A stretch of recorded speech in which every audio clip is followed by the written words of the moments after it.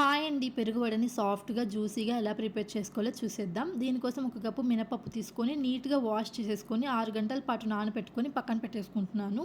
ఇప్పుడు ఒక mixie jar తీసుకొని మనం నానబెట్టుకున్న మినపప్పులోంచి వాటర్ తీసేసుకొని మినపప్పు యాడ్ చేసుకుంటున్నాను.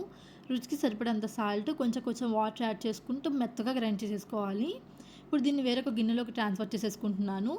హాఫ్ టీ స్పూన్ పచ్చిమిర్చి తరుగు, హాఫ్ టీ స్పూన్ కరివేపాకు తరుగు, చిటికెడు వంట సోడా వేయటం వల్ల వడ అనేది బయట క్రిస్పీగా వస్తుంది. దీన్ని ఒక 5 మినిట్స్ పాటు బాగా బీట్ చేసుకుంటూ మిక్స్ చేసేసుకోవాలి. ఇలా చేయటం వల్ల వడ అనేది ఫ్లఫీగా వస్తుంది. ఇప్పుడు వేరొక బౌల్ తీసేసుకొని 1 టేబుల్ స్పూన్ పెరుగు, కొంచెం సాల్ట్, వడ మునిగేంత వరకు వాటర్ యాడ్ చేసుకొని ఒకసారి బాగా మిక్స్ చేసేసుకొని పక్కన పెట్టేసుకుంటున్నాను.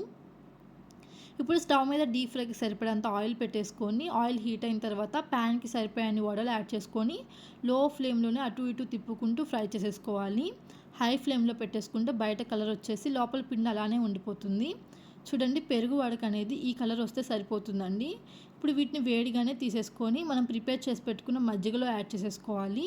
దీన్ని ఒక 30 మినిట్స్ పాటు ఇలా మజ్జిగలోనే ఉంచేసుకోవాలి. ఇప్పుడు పావు లీటర్ పెరుగు తీసేసుకొని రుచికి సరిపడంత సాల్ట్ యాడ్ చేసుకొని ఒకసారి మిక్స్ చేసుకొని పక్కన పెట్టేసుకుంటున్నాను. ఇప్పుడు దీనికి పోపు పెట్టుకుందాం.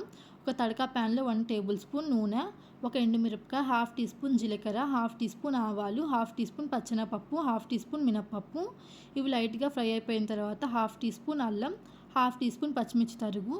ఇవి కొంచెం ఫ్రై అయిపోయిన తర్వాత పావు టీ స్పూన్ ఇంగువ యాడ్ చేస్తున్నాను. దీన్ని 1 మినిట్ పాటు ఫ్రై చేసేసుకొని స్టవ్ ఆపేసుకొని కరివేపాకు యాడ్ చేస్తున్నాను. ఇప్పుడు దీన్ని మనం ప్రిపేర్ చేసి పెట్టుకున్న పెరుగులోకి యాడ్ చేస్తున్నాను. ఇదంతా ఒకసారి బాగా మిక్స్ చేసేసుకోవాలి. చూడండి, వడ అనేది మజ్జిగలో వేసిన తర్వాత ఎంత ఫ్లఫీగా అయిపోయిందో.